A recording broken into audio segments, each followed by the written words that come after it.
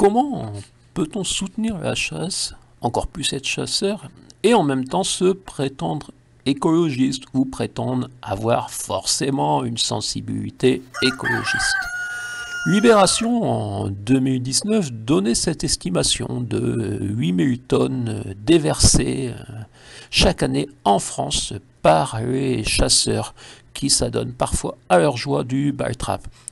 Un chiffre également noté par l'INSERM, l'Institut national de la santé et de la recherche médicale. Du plomb qui se répand dans la nature, dans les sols et les cours d'eau. La toxicité du plomb est connue. L'INSERM, donc en 1999, publiait déjà sur le sujet. Récemment, en mars 2018, l'ANS confirmait, l'Agence nationale de sécurité sanitaire alimentaire, de l'environnement et du travail. Ainsi, le plomb fut retiré ou déconseillé dans les peintures, plomberies et l'essence. Mais les cartouches de fusil ne trouveraient pas d'alternative, donc tout le monde fait comme si ce n'était pas grave. Enfin, tout ce monde. Certes, il existe le risque de saturnisme, l'intoxication au plomb des oiseaux. Un arrêté ministériel du 9 mai 2005 interdit en France, depuis le 1er juin 2006, l'emploi de la grenaille de plomb dans les zones humides, mentionné à l'article L424-6 du Code de l'environnement, mais le tir à balles de plomb du grand gibier semble toujours autorisé sur ces zones. C'est logique. L'accumulation de plomb dans la nature contamine naturellement les ressources en eau.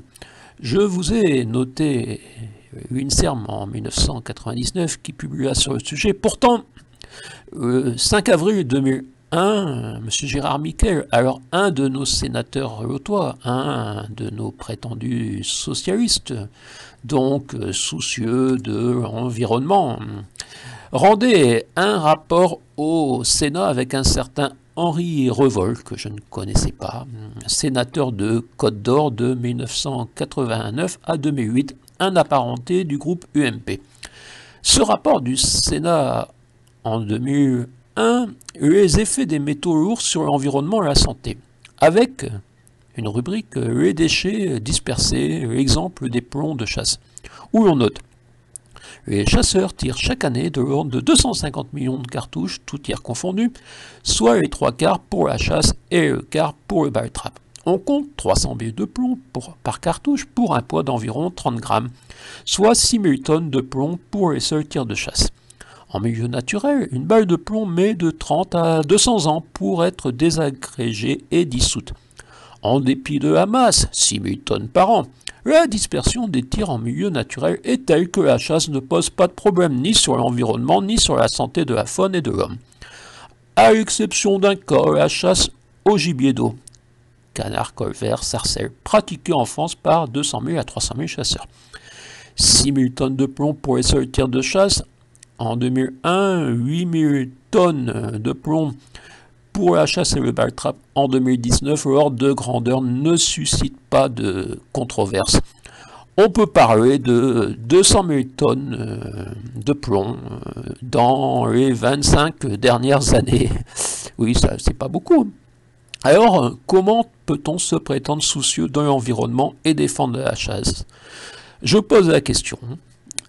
Précision sur M. Gérard Miquel, qui fut donc sénateur de notre département, le Lot, de 1992 à 2017, qui fut également président du Conseil général du Lot de 2004 à 2014. Depuis 2014, il est maire de Saint-Cyr-la-Popie. Et M. JMVF, M. Jean-Marc Vessous-Fort, maire de Cahors depuis 2008, fut un temps son directeur de cabinet.